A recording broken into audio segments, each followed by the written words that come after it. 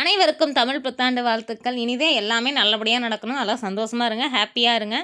எல்லார்த்தையும் சந்தோஷமா வச்சுக்கோங்க. என்னடா இந்த வேலை செஞ்சுட்டு சொல்றேன்னு சொல்லி பார்க்குறீங்களா? நம்பளுக்கு எப்பயுமே நம்ம வேலை தாங்க முதல். அதுக்கப்புறம் தான் எதுவாக இருந்தாலும். கோயிலுக்கு போகணும்னு ஆசைப்பட்டேன்.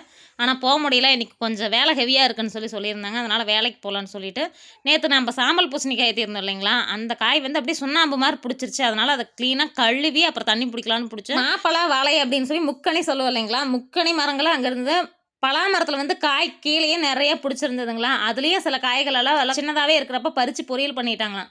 ஓரளவுக்கு காய் இருந்தா மட்டும் தான் அந்த காய் பெருக்கும். அதிகமா ஒரு 50 காய், 100 காய் விட்டுட்டோன்னா, அது பெருசா பெருக்காதுங்கிறதுனால, அது குட்டியா இருக்கிறப்பயே பறிச்சு பொரியல் பண்றது, பிரியாணி பண்றது, இந்த கறி ஐட்டம் மாரி சமைச்சு சாப்பிடுறது, அந்த மாரிலாம் சமைச்சு சாப்பிடுவாங்களாம். நல்லாருக்குன்னு சொல்லியிருந்தாங்க. இந்த மாங்காய் பார்க்கறதுக்கு ஷைனிங்கா அழகா இருந்துச்சுங்களா, பக்கத்துல போய் பார்த்தோம் தான் தெரியுது, இது மல்லிகா ரகம் மாங்கான்னு. சரி பறிச்சு சாப்பிடலான்னு சொல்லி அப்பயே பறிச்சு, கல்லுல நல்லா உடைச்சு, உப்பு மிளகாத்தூள் இல்லையா, அதனால வந்து வெறும் காயா சாப்பிட்டோம். நல்லா டேஸ்ட்டா இருந்துச்சு.